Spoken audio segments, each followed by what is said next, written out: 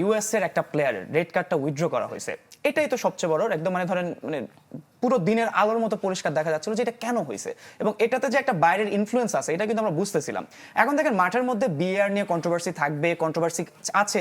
এখন দেখেন বিআর যে জিনিসটা এটাকে আনাই হয়েছে যাতে কি খেলাটাকে আরো সুন্দরভাবে পরিচালনা করা যায় এবং সেই জন্য আমার এখানে কোনো প্রকার কথাই নেই। কিন্তু মাঠের বাইরে রেড কার্ড নিয়ে ঝামেলা, তারপরে হচ্ছে ধরেন অন্যান্য আমরা অনেকগুলো দেখছিলাম যেগুলোর মধ্যে হচ্ছে আমরা দেখলাম যে অন্যান্য জায়গার একটা ইনফ্লুয়েন্স দেখা যাচ্ছে।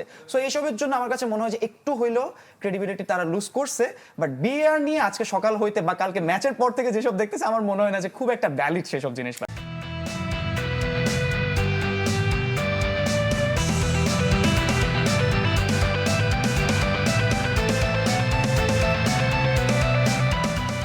এক কথায় অবিশ্বাস্য, অসাধারণ, অনভিপ্রেত।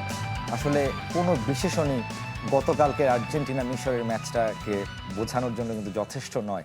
কি খেলা হলো, আর্জেন্টিনা কিভাবে কামব্যাক করলো এবং এর পাশাপাশি যে বিষয় নিয়ে বিতর্ক হয়েছে, ভিআরের কথা বলছি আমি, এই বিতর্কগুলো কিন্তু শুধুমাত্র বাংলাদেশের যারা সমর্থক আছেন, ফুটবল প্রেমী আছেন তাদের জন্যই নয়, পুরো বিশ্বব্যাপী।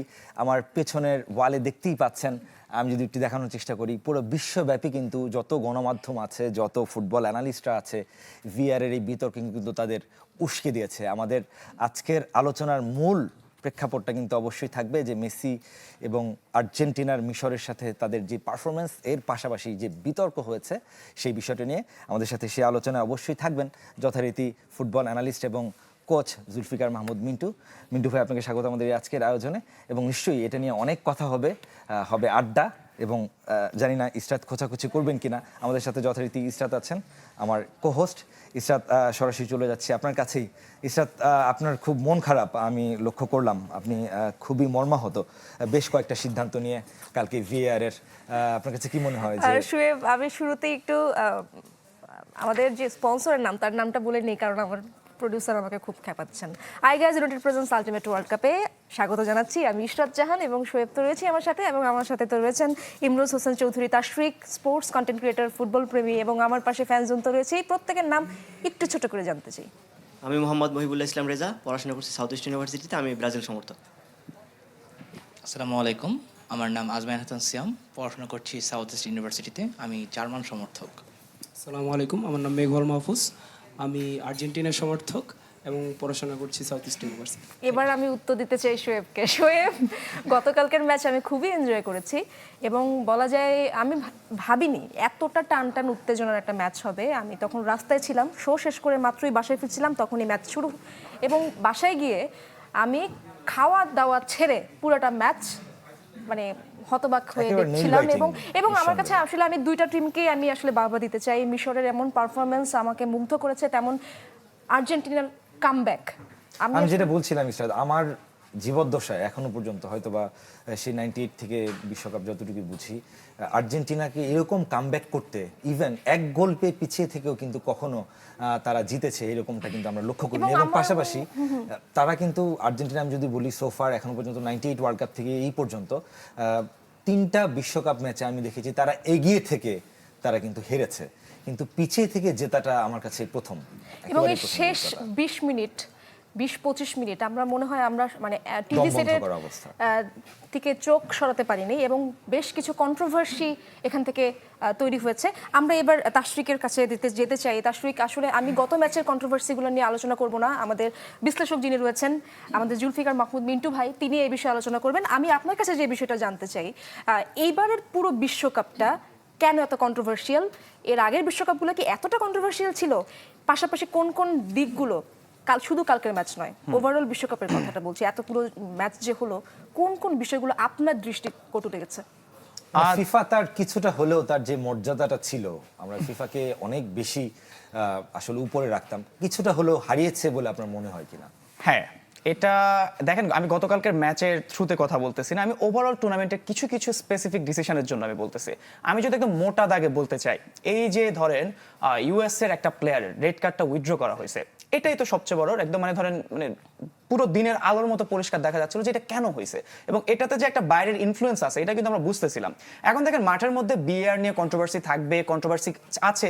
এখন দেখেন বিআর যে জিনিসটা এটাকে আনাই হয়েছে যাতে কি খেলাটাকে আরো সুন্দরভাবে পরিচালনা করা যায় এবং সেই জন্য আমার এখানে কোনো প্রকার কথাই নেই। কিন্তু মাঠের বাইরে রেড কার্ড নিয়ে ঝামেলা, তারপরে হচ্ছে ধরেন অন্যান্য আরো আমরা অনেকগুলো দেখছিলাম যেগুলোর মধ্যে হচ্ছে আমরা দেখলাম যে অন্যান্য জায়গার একটা ইনফ্লুয়েন্স দেখা যাচ্ছে। সো এইসবের জন্য আমার কাছে মনে হয় যে একটু হইলেও ক্রেডিবিলিটি তারা লুজ করছে। বাট বিআর নিয়ে আজকে সকাল হইতে বা কালকে ম্যাচের পর থেকে যেসব দেখতেছে আমার মনে হয় না যে খুব একটা ভ্যালিড সেসব জিনিসপাতি আর কি। এবং ভিএআর ইনকনসিস্টেন্ট, প্রত্যেকটা ম্যাচে ভিএআর পুঙ্খানুপুঙ্খভাবে প্রত্যেকটা ডিসিশন নিচ্ছে না, বা কোনো সময় আমরা প্রত্যেকটা ডিসিশনই দেখলাম যে রাইট ছিল, কিন্তু সব ম্যাচে কি তারা ডিসিশনগুলো মানে নিচ্ছে? মাঝে মাঝে কি চোখ বন্ধ করে থাকছে এমনটা মনে হচ্ছে না? আপনি কি এমন অবশ্যই দেখেছেন কয়েকটা ম্যাচে? আচ্ছা আপু, এখানে আমি ছোট্ট একটা ইনফরমেশন দিতে চাই। অনেকে জানেন, আমি জানি বেশিরভাগ লোকেই জানে যারা ফুটবল শো দেখে, যারা ফুটবল রেগুলার ফলো করে। একটা কথা হচ্ছে ম্যাচের আগে দিয়ে আমরা দেখি যে একটা ভিআর রুমের মধ্যে চার পাঁচজন লোক ক্যামেরার সামনে, টিভি স্ক্রিনের সামনে বসে আছে। সো এই লোকগুলো থ্রু আউট দ্য 90 মিনিট ধরেই কিন্তু এগুলো চেক করতে থাকে। এখন আমাদের কাছে মনে হয় কি যে যখন রেফারি গিয়ে মাঠের বাইরে গিয়ে একটা টিভি স্ক্রিনের সামনে একটু রিপ্লাই দেখে সেটা হচ্ছে বিআর এর কাজকার, বাট না, বিআর কিন্তু থ্রু আউট দ্য 90 মিনিটস ধরেই কিন্তু চলতে থাকে। এখন দেখেন বিআর কখন ইন্টারভেন করে।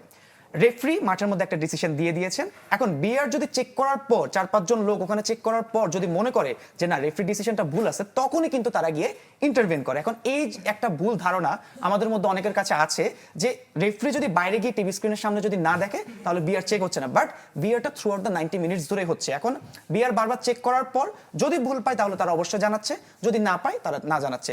লাস্ট আমরা অবশ্যই আমাদের অ্যানালিস্ট আমাদের ভাই আছে, উনি এটা করবে। বাট গতকালকে লাস্ট যে সালার যে ফাউলটার কথা বলা হচ্ছিল, দেখেন এটা আমার কাছে মনে হয় যে যেহেতু একদম লাস্ট মোমেন্টে ক্রুশাল মোমেন্টের একটা ডিসিশন, সেখানে বিআর যাওয়া উচিত ছিল, যে তাহলে কোনো কন্ট্রোভার্সি থাকতো না। বাট ওই জায়গাটাতেই কিন্তু রাইট ডিসিশন ছিল। রেফারি যে ডিসিশনটা দিছে, যেটা ফাউল হয়নি, ওটা কিন্তু রাইট ডিসিশন ছিল, পরবর্তীতে আমরা জানতে পারছি। সো যখন রাইট ডিসিশন আসে, বিআর চেক করে দেখলো যেটা রাইট ডিসিশন, তখন আসলে ইন্টারভেন করার খুব একটা প্রয়োজন পড়ে না এবং এক্স্যাক্টলি তারা এটা করে নাই। আমরা অনেক কথা বলবো নিশ্চয়ই ভিএআর নিয়ে, কথা বলবো আর্জেন্টিনার যে কামব্যাকটা নিয়ে। তবে তার আগে একটু ইস্টাত, আজকের দিনের কথাটা আপনাকে মনে করে দিতে চাই। একটা বিশেষ দিন কিন্তু আজকে, আপনি কি জানেন বিশেষ দিনটা কি? হ্যাঁ আমি জানি, ব্রাজিল সমর্থকদের জন্য একটি কলঙ্কিত অধ্যায়। 7 গোল খেয়েছিল জার্মানির সাথে। আমি সব খবরই রাখি শোয়েব, মানে সব দলের পারফরমেন্সই দেখি। এবং কিন্তু সমস্যা হচ্ছে সব ছাপিয়ে আর্জেন্টিনায় জায়গায় আমি দিনের আলো কেড়ে নিল। এক্স্যাক্টলি, অবশ্যই আমরা সেই বিষয়ে কথা বলবো। মিন্টু ভাই আমাদের সাথে আছেন। মিন্টু ভাই, আপনার কাছে জানতে চাই, আসলে অনেক কথা ইতোমধ্যেই হয়ে গেছে, দেখতেই পাচ্ছেন যত বৈশ্বিক গণমাধ্যম আছেন। যদি আমি সিএনএন স্পোর্টসের কথা বলি, how Lionel Messi and Argentina sent the World Cup into a state of sporting nirvana. তারপর আল জাজিরা যদি যাই, আল জাজিরা কিছুটা আমার কাছে মনে হয় মিশরকে একটু সাপোর্টই করছে মনে হলো। VR call Argentina win over Egypt raise questions of legitimacy at world cup. অসংখ্য নিউজ, শুধুমাত্র যে বাংলাদেশের যারা সমর্থক আছে কিংবা অনেকে বলছেন যে বাংলাদেশে এত রেফারি কিংবা এত ফুটবল বিশেষজ্ঞ আসলে হয়ে গেছে, বিষয়টি কিন্তু তাই না। পুরো ওভারঅল একেবারে ফুটবল বিশ্ব এটা নিয়ে কথা বলছে। দিন শেষে আপনার কাছে কি মনে হয় যে এই কথাগুলো শেষ পর্যন্ত গিয়ে ভ্যালিড কতটুকু হয়? এখানে প্রথম প্রশ্নটা হচ্ছে যে এই প্রশ্নগুলো কেন উঠছে। এই প্রশ্নগুলো ওঠার পিছনে নিশ্চয়ই কোনো কারণ রয়েছে। যে according to the lodge of the game, একটা ফাউল কন্ডাক্ট হওয়ার পরে অ্যাকচুয়ালি সেখানে রেফারি 3টা জিনিসকে কনসিডারেশনে নেয়। একটা হচ্ছে সেটা কি কেয়ারলেস ফাউল কিনা, careless foul, soft foul, unintentional. আর একটা হচ্ছে রেকলেস ফাউল, তার মানে ডেলিভারেটলি। আর একটা হচ্ছে সেই ফাউলে এক্সেসিভ ফোর্স ইউজ করেছে কিনা, excessive force, that means it should be red card. তাহলে এখন আসা যাক, মানে একটু পিছনে ফিরে তাকে আমরা, যখন ওয়ার্ল্ড কাপটা শুরু হয়, আপনার একটা ঘটনা ঘটেছিল আলজেরিয়ার সঙ্গে আর্জেন্টাইন ম্যাচে। তখন আমি অন্য একটা টিভি চ্যানেলে দেখছিলাম, মেসির ঘটনাটার কথা বলেছি, অ্যাবসলিউটলি অন্য একটা টিভি চ্যানেলে দেখছিলাম যে তারা সেখানে আমাদের দেশের একজন ফিফা রেফারি, তার একটা ইন্টারভিউ নিচ্ছিল। Actually according to laws of the game, উনি সেখানে বলেছিলেন যে according to laws of the game, excessive force যেহেতু ইউজ করা হয়েছে ওখানে, that should be red card. Okay, এটার কোনো মার্সি নেই। Okay fine. এখন it depends on the field referee এবং হচ্ছে ভিডিও অ্যাসিস্ট্যান্ট। তখন ভিআর কোথায় ছিল? তখন ভিআর কেন ইন্টারফারেন্স করেনি সেখানে? আমার কথা হচ্ছে যে according to law, because everybody we like Lionel Messi, you know, because we enjoy to watch him on the আমরা pitch. আমরা আমরা একটু জিকোর গোলটা যেটা বাতিল হয়েছে, জিকো যদি আরেকটি গোল করেছে, এখন যে গোলটা বাতিল হয়েছে এবং যেটা আমরা নিয়ে সেই এত গোলটা আলোচনা, নিশ্চয়ই দেখতেই পারি। অবশ্যই, জিকোর সেটা একটু গোলটা দেখি আমরা। শুধু গোলটা দেখলেই চলবে না, আমাদের একদম তারও আগে থেকে দেখতে হবে যেই জায়গাটাতে লিসান্দ্রো মার্তিনেজকে আত্তিয়া ফাউল করেছিল।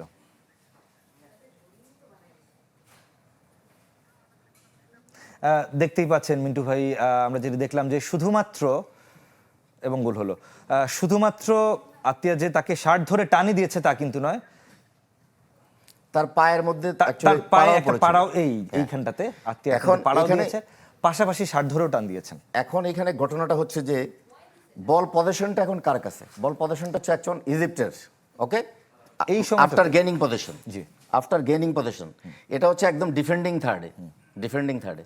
আমরা একটা কাউন্টার অ্যাটাকের যেটা মানে বলি যে মানে কোথায় বলটা উইন করা হয় এবং একটা সার্টেন টাইমের মধ্যে কাউন্টার অ্যাটাকটা ফিনিশ করতে হয়, আদারওয়াইজ এটা কাউন্টার অ্যাটাক হবে না। তা আমি ধরে নিলাম এখান থেকে 15 সেকেন্ডস এর মধ্যে কাউন্টার অ্যাটাকটা ফিনিশ করতে হবে, এবং ইট ওয়াজ এ এক্সিলেন্ট কাউন্টার অ্যাটাক।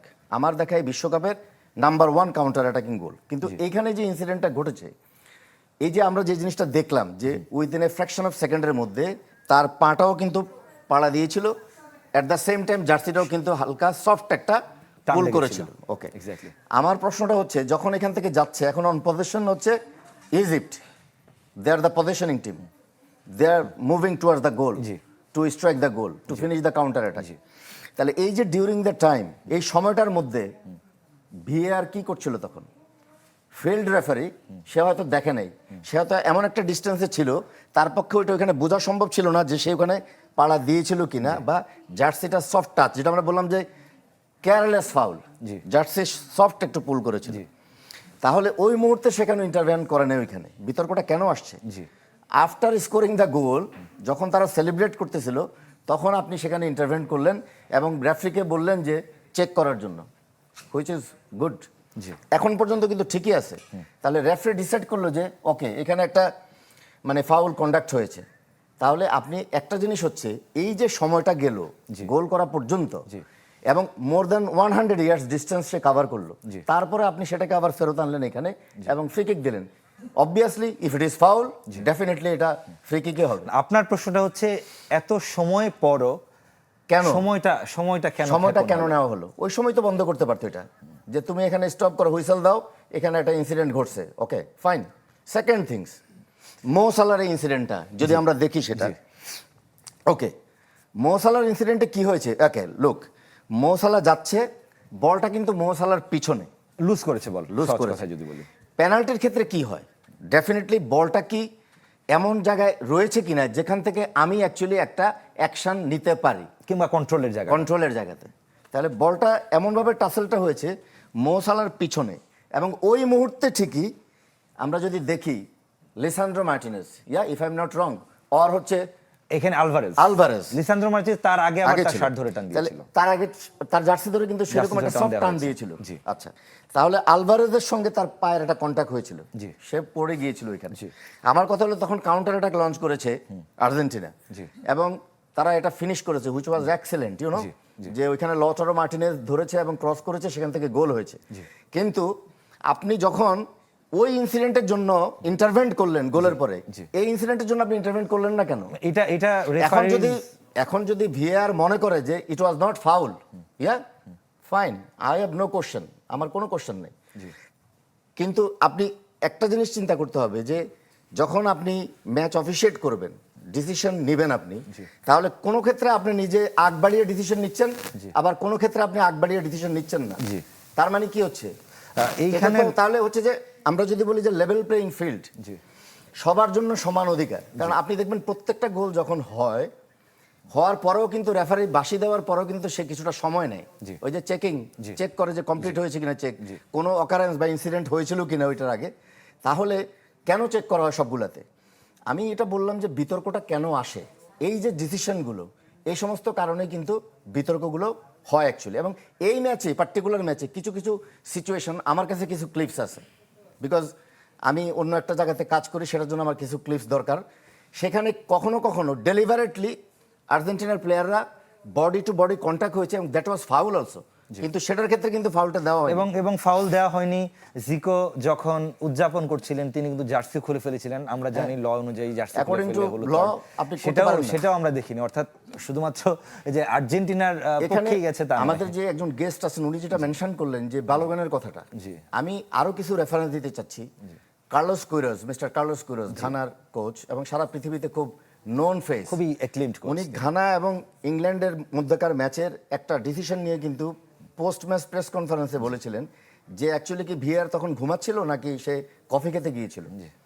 ইভেন জার্মানির একটা গোল বাতিল হয়েছিল, মানে কতগুলো কন্ট্রোভার্সি, অনেকগুলো, মানে শুধুমাত্র বিষয়টা এমন নয় যে শুধুমাত্র আর্জেন্টিনাকে ঘটনা ঘটছে। জড়িয়ে হচ্ছে। আমি আমরা এখানে কোনোভাবেই ডেফিনেটলি আর্জেন্টিনার যে রেজিলিয়েন্স কামব্যাক করা, অফকোর্স এটা সেই definitely বিষয় নিয়ে আমরা অবশ্যই unbelievable। মিন্টু ভাই আমরা আলোচনা করব।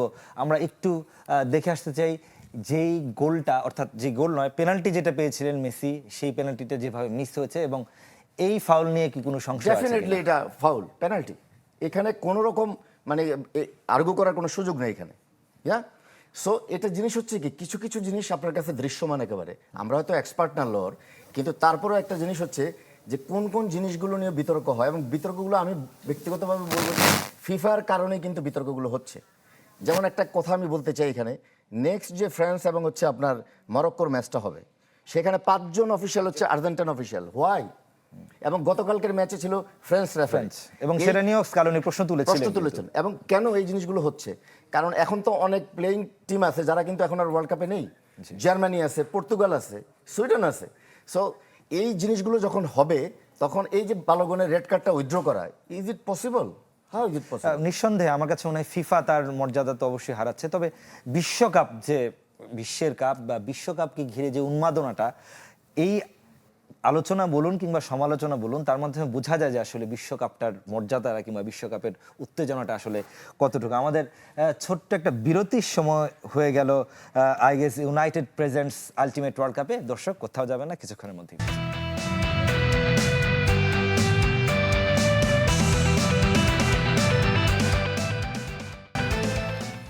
আইগেস ইউনাইটেড প্রেজেন্স আলটিমেট ওয়ার্ল্ড কাপে স্বাগত জানাচ্ছি আবারও। আমার হাতে অনলাইন কুইজটি রয়েছে, টিভি সেটের সামনে যারা বসে আছেন তাদের জন্য এই কুইজটি। আজকের প্রশ্ন, 2026 বিশ্বকাপে সর্বোচ্চ কার্ড পেয়েছে কোন দল? Option A Canada, option B মিশর, option C Paraguay, option D Brazil. উত্তর দেওয়ার জন্য ভিজিট করুন facebook.com/sports24 টিম। এই ঠিকানায় সঠিক উত্তরদাতা পাবেন চ্যানেল 24 এর পক্ষ থেকে আকর্ষণীয় পুরস্কার। এবং গতকাল অনলাইনের কুইজে যিনি বিজয়ী হয়েছেন তার নাম জানিয়ে দিতে চাই। আর নাটোর থেকে মারুফ বিল্লাহ, আপনাকে স্বাগত জানাচ্ছি এবং অভিনন্দন জানাচ্ছি চ্যানেল 24 এর পক্ষ থেকে। আপনাদের পুরস্কারগুলো যথাক্রমে চলে যাবে আপনাদের বাসার ঠিকানায়। শোয়েব, কালকের ম্যাচের পর আসলে মানে আজকে কিন্তু আমাদের আড্ডায় মানে উপকরণ কিন্তু অনেকগুলো, আমরা কোন বিষয় নিয়ে আলোচনা করতে পারি অনেকে এখন? হয়তো বা ভাবতে পারেন কিংবা আমরা হয়তো ভাবছিলাম যেহেতু আজকে রাতে কোনো ম্যাচ নেই, হ্যাঁ, কিন্তু হ্যাঁ। যে একটা ম্যাচ হচ্ছে, এই একটা ম্যাচ নিয়ে আমার মনে হয় হাজার রাত গল্প এবং করা হ্যাঁ, হাজার রাত আসলে। এবং এই যে সমালোচনা আলোচনা এবং বিতর্ক, অনেক সংবাদ মাধ্যমও বলছিল আসলে এই সমালোচনা আলোচনা দীর্ঘদিন ধরে চলবে এবং এটা নিয়ে তর্ক বিতর্ক থামবে না।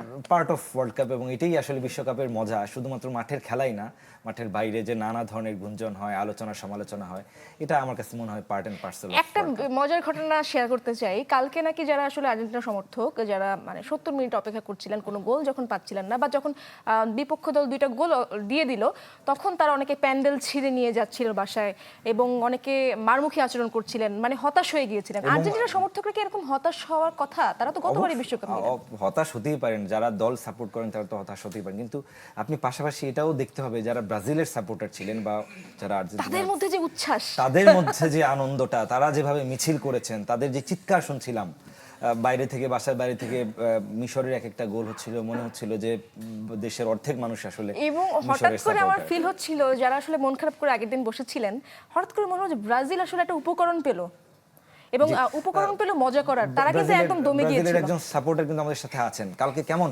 70-79 মিনিট পর্যন্ত কেমন লাগছিল? অনেক আনন্দে ছিলাম, মানে একটু মুখের কাছে নিয়ে কথা বলতে। বলে বোঝার মতো না আসলে কি পরিমাণ আনন্দে ছিলাম। তবে হতাশ হয়েছি শেষে, যে পরিমাণ একটু মনে হলো চিট করছে, কষ্ট পেয়েছি অনেক, তারপরও করার কিছু না। মানে এই কষ্টটা কোত্থেকে আসে? রিভালদোর মতো ফুটবলার, বিশ্বকাপ জয়ী ফুটবলার, তিনি একজন ব্রাজিলিয়ান, যেটা বললাম বিশ্বকাপ জয়ী, তিনি অধিনায়ক, তিনি সাপোর্ট করে যাচ্ছেন, তিনি এনকারেজ করছেন আর্জেন্টিনাকে, কিন্তু ব্রাজিলের একজন দর্শক হিসেবে, বাংলাদেশের একজন দর্শক হিসেবে আচ্ছা আপনার মন শোয়েব, খারাপের আমি জায়গাটা এইটা কেন? নিয়ে একটু করতে চাই যে ওনারা কেন মনে করেন, বা শোয়েব কেন মনে করছে যে আসলে সবসময় আর্জেন্টিনাকে সমর্থন করতে হবে আর্জেন্টিনার ম্যাচে? আমার মনে হয় মিশরের ফুটবলও কিন্তু কম সুন্দর ছিল না। যারা মিশরকে সাপোর্ট করেছিলেন তাদের মধ্যে মন খারাপ হতেই পারে, তাই না?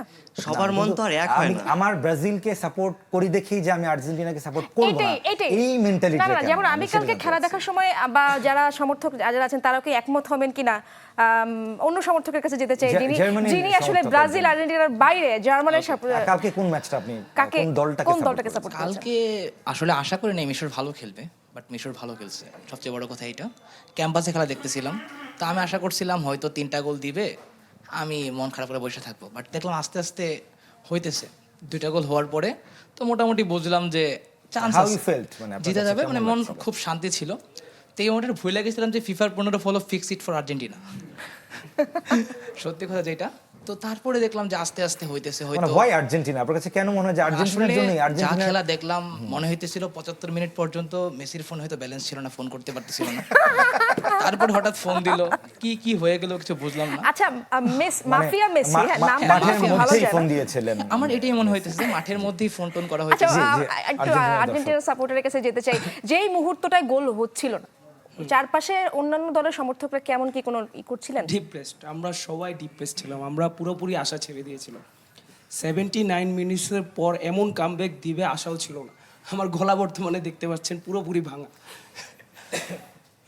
আর যারা বলছে এভাবে অ্যাকুজিশন দিচ্ছে যে আর্জেন্টিনা ফুটবল বিশ্বকাপ কিনে রেখেছে, তারাই হাফ টাইমের আগে চিল্লাচ্ছিল যে ফিফা পুরা পিওর, কিন্তু তারা 79 মিনিটসের পর তাদের কথা পুরো বদলে গিয়েছে।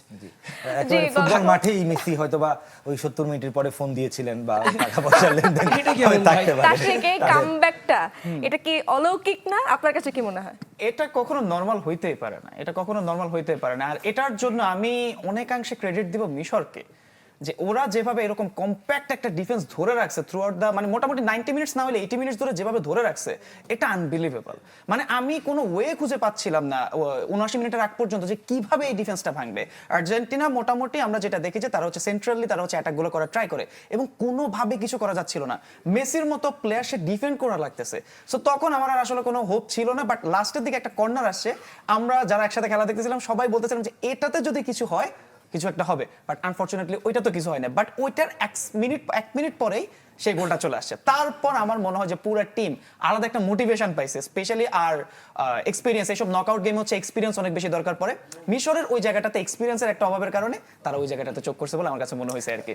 তারপরও আর্জেন্টিনার যে ব্যাক করাটা, কামব্যাক করাটা একেবারে বিশ্বকাপ ইতিহাসেরই one of the best comeback বলা যেতেই পারে। আমরা সেই আনরিয়েল আনপ্রেসিডেন্টেড কামব্যাকটা নিয়ে অবশ্যই কথা বলবো মিন্টু ভাইয়ের সাথে। মিন্টু ভাই, এই কামব্যাকের আগে তার আগে আপনার কাছে একটা প্রশ্ন, যে এই ধারণাটা যে আর্জেন্টিনাকে সাপোর্ট দিচ্ছে, ইভেন মিশরের যিনি কোচ আছেন তিনিও বললেন, আমরা শুনলাম যে তাকে পূর্ব নির্ধারিতই ছিল বিশ্বকাপ, মেসি বলুন কিংবা আর্জেন্টিনা বলুন, একটা সুবিধা ফিফা দিয়ে যাচ্ছেন। পেছনে কারণটা কি? কেন আর্জেন্টিনাকে সুবিধা দিতে হয় মানে ফিফার? এমন কোনো, আপনি যদি টাকা পয়সা বা অর্থনৈতিক, এইগুলো তো কোনো ইস্যু হতেই পারে না, কারণ আর্জেন্টিনা যে কোনো ইউরোপের দলের তুলনায় তাদের অর্থনৈতিক অবস্থা ভঙ্গুর, inflation rate high. Why Argentina? না, আমি বিষয়টাকে এইভাবে আসলে দেখি না। এটা হচ্ছে যে এখানে অনেক কিছু ফ্যাক্টর ইনভলভ থাকে, কিন্তু বাট আমি মোটেই ওই জিনিসটাকে এই মানে জেনারেলাইজ করতে চাই না। আমি এখানে একটা জিনিস হবে, ডেফিনেটলি বড় দলগুলো যেগুলি, সেগুলি ছোট দলগুলোর বিরুদ্ধে একটা অ্যাডভান্টেজ অফকোর্স রেফারি থেকে পায় সবসময়। ইভেন ফিফার একটা নিয়মই রয়েছে যে টপ ক্লাস প্লেয়ার যারা ওয়ার্ল্ড স্টার, এইসব প্লেয়ারকে প্রোটেক্ট করা। তো কখনো কখনো এটা সব জায়গাতেই হয় যে আপনার একটু অপেক্ষাকৃত দুর্বল দল কম্পারেটিভলি একটা বেটার দলের চেয়ে বেশি সুবিধা রেফারির কাছ থেকে আসলে পায় না, অ্যাডভান্টেজগুলো পায় না। আমি এর বাইরে অন্য কোনো কিছু চিন্তাই করি না। তবে এইখানে যেটা আপনি বললেন যে সেকেন্ড হাফে অ্যাকচুয়ালি আর্জেন্টিনার ফিরে আসাটা, এটা আমি অন্তত লাস্ট আমরা একটু গোলগুলো নিশ্চয়ই দেখার চেষ্টা করব। আমি এরকম কামব্যাক আসলে দেখিনি। তবে এখানে আমি সবচেয়ে বেশি বলবো, এখানে একটা জিনিস ডেফিনেটলি আর্জেন্টিনা, এগুলো হচ্ছে তাদের কোয়ালিটি, এক্সপেরিয়েন্স এবং substitution. At the same time আমরা খেয়াল করেছি কিনা ম্যাচে ওই সময়টাতে মেসি অ্যাকচুয়ালি রাইট ফ্ল্যাঙ্ক এরিয়াতেই খেলছিলেন, ওখান থেকে যাকে আমরা actually- পুরো টুর্নামেন্ট জুড়ে দেখেছি যে মধ্যমাঠ দিয়ে ঢুকতে। কিন্তু ওইখান থেকে শুধুমাত্র ইনসুইঙ্গার লেফট ফুটে ক্রস করছিলেন এবং যেটার থেকে কিন্তু অ্যাকচুয়ালি ফার্স্ট গোলটা আসে ক্রিশ্চিয়ান রোমেরোর। আমার মনে হয় প্রথমে মিশরের গোলটা আমরা দেখতে পারি। মিশর যেভাবে একেবারে শুরুতেই এগিয়ে গিয়েছিল আমরা নিশ্চয়ই দেখতে পারি। এবং এইখানে আপনি যারা ডিফেন্ডার আছেন আর্জেন্টিনার, আপনি তাদের দুর্বলতা আপনি এখানে স্পষ্ট ব্যাকলাইন হয়েছে যদি কিনা? খেলাটা চলতে থাকে আপনি এখানে দেখবেন যে ইয়াসির ইব্রাহিম যে গোল করেছিল, আমরা যখন বলটা প্রোগ্রেস হবে আরো তখন এটা আমাদের কাছে আরো ক্লিয়ার হবে অ্যাকচুয়ালি। সেই দুইটা player Cristian Romero if I am not wrong Exactly. এবং হচ্ছে Lisandro Lisandro Martinez, G. in between two central backs he is alone, they are only watching the ball you see except the Lisandro Martinez জি। বা সামনে যে ছিল শুধু বল oriented. তো এইখানে একটা জিনিস হচ্ছে যে এই সিচুয়েশনে এর মধ্য থেকে অ্যাকচুয়ালি গোলটা করা, এবং আমি ক্রেডিটটা দিব অ্যাকচুয়ালি যে ক্রসার যিনি যে ক্রসটা crossটা করেছেন যিনি। ওখানে যে ক্রসটা করেছে মানে ওয়েল টাইমড একটা ডেলিভারি, এবং এখানে হচ্ছে ওয়েল টাইমড মানে আমরা বলি এটাকে timing of delivery and timing of jump and attack simultaneously ঘটনাগুলো ঘটেছিল অ্যাকচুয়ালি। আমরা একটু আর্জেন্টিনার গোলগুলো, তার আগে অবশ্যই জিকো যেই দ্বিতীয় গোলটা যেটি করেছেন আমরা সেটি নিশ্চয়ই দেখতে পারি আমাদের এই ভিউ ওয়ালে। সেই গোলটি একটা দারুণ কাউন্টার অ্যাটাক থেকে কিন্তু গোলটি হয়েছিল। সত্যি বলতে গতকাল যে গোলটা বাদ হয়েছিল সেটা এবং এই গোলটাও এক্সিলেন্ট কাউন্টার অ্যাটাক। এবং আপনি দেখেন ওখানে লিসান্দ্রো মার্টিনেজ ইউ সি এখানে ইয়া এখন হচ্ছে যে সামটাইমস যখন বল ওইদিকে যাচ্ছে আমরা ইউজুয়ালি বডি পজিশনের কথা বলি ডিফেন্ডারদের, যে ডিফেন্ডাররা টুয়ার্ডস হিজ ওন গোল যাচ্ছে, তাহলে who has the ball he is important player pause, who wants the ball he is also important. সেদিকে একটু ভ্রুক্ষেপ রাখা কিন্তু এবং উচিত ছিল। এইখানে এই জায়গাটা কারণ ও কিন্তু যদি ভিতরে যখন আসছিল যাচ্ছিল এখানে তাকে ট্র্যাক করা হচ্ছে, সো তার অপশনে হচ্ছিল পিছনে কাটব্যাক করা পিছনে, তাহলে এই জোনটা হচ্ছে which is very important. Lisandro Martinez যদি এই সিচুয়েশনে অ্যাকচুয়ালি তার বডি ওরিয়েন্টেশনটার কথা আমরা বলতেছি এইভাবে ছিল, কিন্তু প্রথমে যদি সে বডিটা ওপেন করে ফেলতো then it is easy for him because he can, এটাকে বলি আমরা ডিফেন্সিভ অর্গানাইজেশনে যে ball watcher, man watcher, space watcher, স্পেসও দেখতে হবে, ম্যানও দেখতে হবে, বলও দেখতে হবে। অর্থাৎ এইখানটাতে লিসান্দ্রো মার্টিনেজ বলুন কিংবা ক্রিশ্চিয়ান রোমেরো বলুন, এই দুজনেরই কিন্তু একটা দুর্বলতা ডিফেন্স, এবং আলটিমেটলি আর্জেন্টিনার যে ডিফেন্সের দুর্বলতাটা তারা আরো একবার কিন্তু ফুটিয়ে তুলেছে কালকের ম্যাচে। এবং অফকোর্স এটা যদি সামনের ম্যাচগুলো ডেফিনেটলি সুইজারল্যান্ডের সঙ্গে খেলবে কোয়ার্টার ফাইনালে এবং আরও স্ট্রং অপোনেন্ট সামনের দিকে আসছে, দেন কিন্তু এগুলো খুব কস্টলি হবে। আর্জেন্টিনার 3 গোল আমরা নিশ্চয়ই একে একে দেখব। এবং এখানেও same he is on mark একেবারে ক্রিশ্চিয়ান রোমেরো, মানে ইন দিস লেভেল অ্যাকচুয়ালি মানে প্লেয়াররাও কিন্তু ভুল করে এবং mistake is obvious part of the game, এবং it is very difficult. Lionel মেসির কথা যেটা আমি বলছিলাম, সে কিন্তু ওই সময়টাতে ঠিক রাইট ফ্ল্যাঙ্ক এরিয়াতেই অপারেট করছিল এবং এটা ছিল একটা in-swinger। মেসির কথা না বললেই নয়, তিনি পঞ্চম ম্যাচে এসে কিন্তু তিনি অ্যাসিস্টের একটা সুযোগ পেয়েছেন এবং তিনি রেকর্ড হোল্ডার এই মুহূর্তে সবচেয়ে বেশি অ্যাসিস্ট ওয়ার্ল্ড কাপে তার। কেন আমি বলি যে আমি একটু সময় নেব, আর্জেন্টিনা দলের এখন যে স্ট্রাকচারটা, যে ফরমেশনে তারা খেলে এবং দ্য প্লেয়ার্সের কোয়ালিটি, আমি এই দলে অ্যাকচুয়ালি আনহেল ডিমারিয়াকে আমি মিস করছি অ্যাকচুয়ালি। একটা টিপিক্যাল উইঙ্গার এই দলে নেই, যে উইঙ্গারটা অ্যাকসেপ্ট একটা বল শুধু ডিপল ক্রস করেছিল যেটাতে ম্যাকালিস্টার হেড করেছিল, গোলকিপার সেভ করেছে, যদিও একদম গোলকিপার হাতে ছিল, স্পেশালি লেফট সাইডে রাইট সাইড থেকে। কিন্তু কথা হচ্ছে যে এই ধরনের উইঙ্গার যদি আপনার না থাকে, বিকজ উইঙ্গার যদি না থাকে আপনার then it will be very difficult, এবং লিওনেল মেসি ওই কাজটাই করার চেষ্টা করছিলেন অ্যাকচুয়ালি রাইট ওয়ার্ড এরিয়াতে এবং হাফ স্পেস থেকে বল নিয়ে ইনসুইঙ্গার মানে অ্যাটেম্প্ট করার জন্য ক্রস পোস্টে, এবং এক্স্যাক্টলি সেভাবে কিন্তু ফার্স্ট গোলটা আসে। এবং মেসির সেই গোলটা নিশ্চয়ই আমরা এখন দেখতে পারবো। এই 2 নম্বর গোলটা মেসি করেছেন এবং এই গোলের মাধ্যমে এমবাপ্পে হল্যান্ডকেও ছাড়িয়ে গেছেন ইতিমধ্যেই, তার 8 গোল, বিশ্বকাপে সর্বোচ্চ গোল এখন পর্যন্ত তার, এবং তার নিজের রেকর্ডটাও তিনি ভেঙেছেন। এর আগের বিশ্বকাপে কিন্তু 7টি গোল ছিল মেসির। এবং দেখেন আপনি সে যখন স্ট্রাইকটা করে অ্যাকচুয়ালি মানে আমি ক্রেডিট দিব তাকে, অ্যাকচুয়ালি বলটা কিন্তু তার শিমবোনের একটু মানে আমরা এটাকে শিমবোনের ঠিক একদম নিচেও বলবো না উপরেও বলবো না, মাঝামাঝি জায়গাতে লেগেছিল অ্যাকচুয়ালি। কিন্তু তো এখানে আমি honestly speaking credit goes to the Argentine players, you know ওই মুহূর্তে আর্জেন্সি বলি আমরা actually, because they are watching the time also. ওইখানে সময় দেখা যাচ্ছে 1-0, 2-1, ইন দিস মোমেন্ট আরেকটা গোল ইকুয়াল করা এবং সেটাকে এক্সট্রা টাইম পর্যন্ত নিয়ে যাওয়া। সো এই যে দেখেন কতগুলো প্লেয়ারের ইনভলভমেন্ট এখানে, 3, 6, 8 players inside the penalty box. Exactly. এবং অবিশ্বাস্য। ডেফিনেটলি বলবো যে মিশরের ডিফেন্ডিং এ কিছুটা এরর ছিল। কেন? আপনি যদি কেপ ভার্দে কিংবা অন্য ইউরোপিয়ান দলগুলোকে দেখেন, তারা যখন লিডে থাকে 2-0 79 মিনিট পর্যন্ত ডেফিনেটলি তাদের আরো মোর অর্গানাইজ কম্প্যাক্ট এখানে ব্লকটা থাকা উচিত ছিল, কিন্তু তাদের কিন্তু এই ব্লকটা প্রপারলি তারা আমরা করতে আমরা পারে না। শেষ গোলটা দেখতে চাই, যেই গোলের মাধ্যমে আসলে ম্যাচের এবং ফলাফল নিষ্পত্তি এইখানে হয়ে আমরা যায়। দেখছি যে লটারো মার্টিনেজ, আপনি দেখেন লটারো মার্টিনেজ ক্রস করছে ওখানে, এবং ওই মুহূর্তে পস এটা পজ ছিল। এই যে এনজো ফার্নান্দেজ যাচ্ছিল এখানে, এবং আপনি যেটা বললেন যে ডাচ নাম্বার 7 ট্রেজেগে, জি। ওই যে same things, because Enzo Fernandez অনেক দূর থেকে আসতেছে, ট্রেজেগে এখানে গোলকিপার পোস্টে, ওকে, সে ক্রস করতেছে, ট্রেজেগে তার বডি পজিশন, যে বললাম আপনাকে, you should be the open body position, then you can watch the ball and you can watch the man, যে আসতেছে তার সঙ্গে আমি ডুয়েলে উঠতে পারি, then it is not easy for him, মানে এনজো ফার্নান্দেজের জন্য খুব ইজিলি হেড করা, ইয়া। এক্স্যাক্টলি।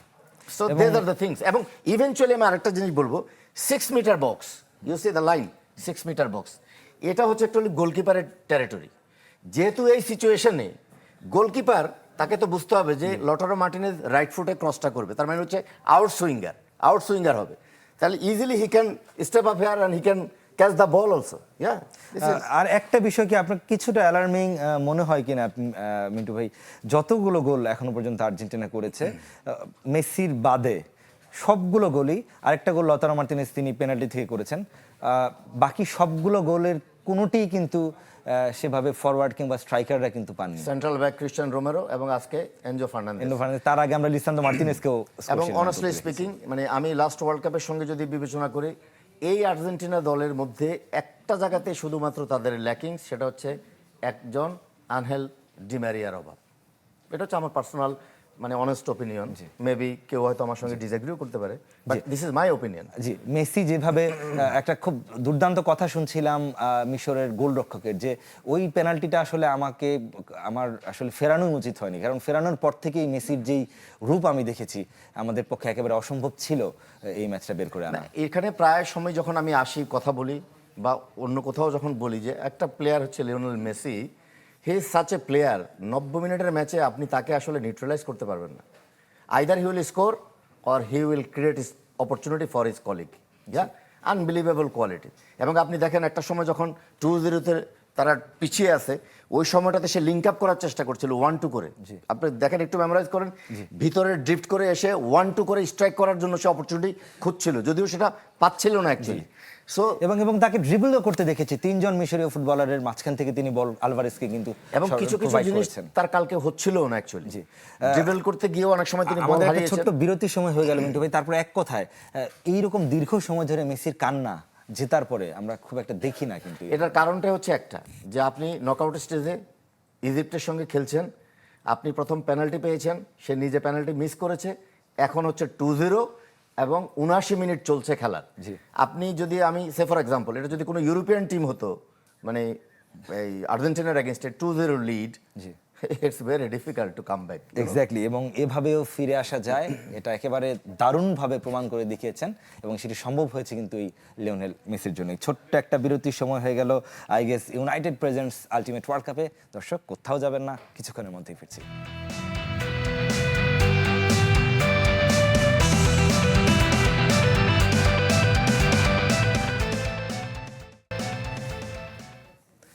দর্শক ফিরে এলাম I guess United presents ultimate world কাপে।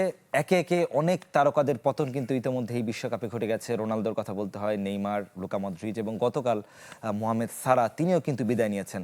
এবং তারপরেও যারা আছেন, অর্থাৎ মেসি, এমবাপ্পেদের কথা বলতে হয়, যারা আছেন তারা বেশ দারুণভাবেই কিন্তু এই বিশ্বকাপে নিজেদের পদচারণাটা দারুণভাবে উজ্জ্বল করে রেখেছেন। তারা সবাই গোল্ডেন বুট বলুন, বল বলুন, তারা কিন্তু সেই রেসে আছেন। মিন্টু ভাই, কি মনে হচ্ছে, কোয়ার্টার ফাইনালের ঠিক আগে 7 গোল আছে দুজনের, হল্যান্ড এবং এমবাপ্পের, 1 গোল বেশি আছে মেসির, এবং মেসির আগের বিশ্বকাপে 7 গোল করেছিলেন এমবাপ্পেও। কি মনে হচ্ছে শেষ পর্যন্ত গোল্ডেন বুটের দৌড়ে কে এগিয়ে যাবেন? এবং এখানে হ্যারি কেনও আছে 6 গোল নিয়ে, 6 গোল করে, এক্স্যাক্টলি। সো এখানে বিষয়টা হচ্ছে যে মানে 7 গোলই ছিল, লাস্ট ম্যাচে গোল করে মেসি এখন 1 গোল বেশি। আবার দেখা যাবে যে নেক্সট ম্যাচে হয়তো কিলিয়ান এমবাপ্পে কিংবা আর্লিং হালান্ড গোল করে আবার তাকে টাচ করবে অথবা এগিয়ে যাবে। তো ব্যাপারটা কিন্তু ওয়ার্ল্ড কাপ শুরুর প্রথম থেকেই কিন্তু এই ধরনের একটা দারুণ মানে race একটা আমরা দেখছি। অ্যাজাম্পশন ছিল যে it is going to B happen, yeah. So সেটাই কিন্তু এখনো চলছে। তো আলটিমেটলি কে পাবে গোল্ডেন বুট সেটা এখনই বলা মুশকিল, তবে এতটুকু হয়তো ধারণা করা যায় যে ফাইনাল খেলবে of course he has that chance, তার সেই সুযোগটা বেশি থাকবে actually। এক্স্যাক্টলি, যেহেতু ম্যাচে বেশি থাকবে ম্যাচ বেশি থাকবে। এবং ইতোমধ্যে 5 ম্যাচে 4টি এম পেয়ে গেছে ম্যান অফ দ্য ম্যাচ। আমরা যদি বলি লিওনেল মেসি, তিনি এর আগেও গোল্ডেন বল কিন্তু পেয়েছেন একাধিকবার, এবার গোল্ডেন বলের দৌড়েও নিশ্চয়ই তিনি আছেন। অফকোর্স এইসব জিনিসগুলোই তো কাউন্ট হবে আলটিমেটলি, এবং এখানে তার পারফরমেন্স এবং দলের রেজাল্ট অনুকূলে আনার জন্য সে কতটুকু ইনফ্লুয়েন্স করেছে সমস্ত কিছু বিবেচনা করা হবে আলটিমেটলি। তো আমার ধারণা অ্যাকচুয়ালি যারা যে ফাইনাল খেলবে, আমার ধারণা তাদের মধ্যে থেকে কেউ একজন এগুলি পাবে। এবং ওই যে গোলটা করার কথা বললাম আপনাকে, গোল কিন্তু অনেক সময় আপনি হয়তো দেখা যাবে যে এমবাপ্পে একটা ম্যাচে কিন্তু গোলই পায়নি, সে জি। অ্যাসিস্ট করেছে সে ওই ম্যাচে। সেই জায়গাটা থেকে কিন্তু মেসি লিওনেল সবগুলো মেসি ম্যাচেই মানে কনসিস্টেন্ট গোল এখনো করেছেন। পর্যন্ত। Exactly. Even Erling Haaland he has also the great chance, এবং আপনার Harry Kane 6 goal. So anything can happen, it's very close. তবে মিন্টু ভাই, এমবাপ্পে এবং হল্যান্ড তারা দু দলেরই প্রতিপক্ষ কিছুটা কঠিন। এক দল খেলবে মরক্কোর বিপক্ষে, আরেক দল খেলবে ইংল্যান্ডের বিপক্ষে। সে তুলনায় actually তুলনামূলকভাবে লিওনেল মেসি সুইজারল্যান্ডের বিপক্ষে comparatively খেলা weaker দল। পড়বে। মিন্টু ভাই, সুইজারল্যান্ড। আপনার কাছ থেকে আজকে বিদায় নিতে হচ্ছে, অসংখ্য ধন্যবাদ আপনাকে। ধন্যবাদ আপনাকে। ইসরাত, কি মনে হয়, আমি যেটা বলছিলাম যে এমবাপ্পের দলটা মরক্কোর বিপক্ষে খেলবে এবং পাশাপাশি ইংল্যান্ডের সাথে লড়াই রয়েছে এবং হল্যান্ডের। পাশাপাশি সেই ওই জায়গাটা ম্যাচে থেকে- 5 জন রেফারি, তাও আবার আর্জেন্টিনার, মানে ব্যাপারটা কিন্তু খুবই কিন্তু রহস্যজনক। ফ্রান্সের রেফারিও কিন্তু এই ম্যাচটাতে, অর্থাৎ কিন্তু আর্জেন্টিনার 5 জনে ম্যাচটাতে কিভাবে আর্জেন্টিনার রেফারি? হতেই পারে। ফিফাকে নিয়ে যেহেতু অনেক সমালোচনা হচ্ছে, এটা একটা ওই নতুন ম্যাচে সমালোচনার আমরা নতুন মাত্রা একটা যোগ হ্যাঁ, করেছে। এক্স্যাক্টলি, মাত্রা যোগ করেছে। আর আর্জেন্টিনার মিডফিল্ড নিয়ে কিন্তু একটা প্রশ্ন উঠেছে, পরবর্তী ম্যাচে ওটা কি ভোগাবে? অবশ্যই অবশ্যই। আমি কালকে থেকে আমি সব জায়গায় একটা কথাই বলে আসতেছি যে লিওনেল স্কালোনির গত বিশ্বকাপে যেটা সবচেয়ে বড় অ্যাট্রিবিউটস ছিল সেটা হচ্ছে আনপ্রেডিক্টেবল। মানে লিওনেল মেসি লিওনেল স্কালোনি কখন কি করবেন এটা কিন্তু কেউ জানতে পারতেছিল না। বাট এবছর আমি কেন জানি আমার কাছে মনে হচ্ছে যে খুবই সেফ খেলা ট্রাই করতেছে লিওনেল স্কালোনি। তিনি গতবার আমরা যেটা দেখলাম যে তিনি এনজোর মতো প্লেয়ার, জুলিয়ান আলভারেজের মতো প্লেয়ার, যারা ইয়ংস্টার ছিল তখন, এখনো ইয়ংস্টার, বাট তখন তারা খুবই কম বয়স ছিল, তাদের উপর ভরসা রাখছিলেন। বাট এবার কেন জানি নিকো পাজ, সিমিওনে, ভ্যালেন্টিনো ভার্কো, এদের মতো প্লেয়ার যখন আপনার বেঞ্চে আসে, এদের উপর তিনি কেন জানি বিশ্বাস রাখতে পারতেছেন না। সো এই জায়গাটা থেকে আমার কাছে মনে হচ্ছে খুবই খুবই খুবই ভোগাইতে পারে সুইজারল্যান্ডের এগেনস্টে। আর মানে আমার কাছে যেটা মনে হয় যে ভাইয়া যে কথা বলছিলেন যে একটু আগে যে আনহেল ডি মারিয়ার অভাব, অবশ্যই এটাই মেইনলি হচ্ছে এবারের বিশ্বকাপে আর্জেন্টিনার সবচেয়ে বড় খারাপ দিক বা নেগেটিভ জায়গাটা আমার কাছে মনে হয়েছে। ইসরাত, আমি একটু অ্যাডও করতে চাই একই সাথে, যেটা বলছেন যে পজিশনটা গতবার খুবই আনপ্রেডিক্টেবল এবং বোঝা যাচ্ছে ভার্সেটাইল ছিল। এবার সেই 4-4-2 ফরম্যাট চলছেই প্রতিটা ম্যাচে আমরা কিন্তু সেটা দেখছি। মার্টিনেজের পারফরম্যান্সটা কি ভালো লেগেছিল?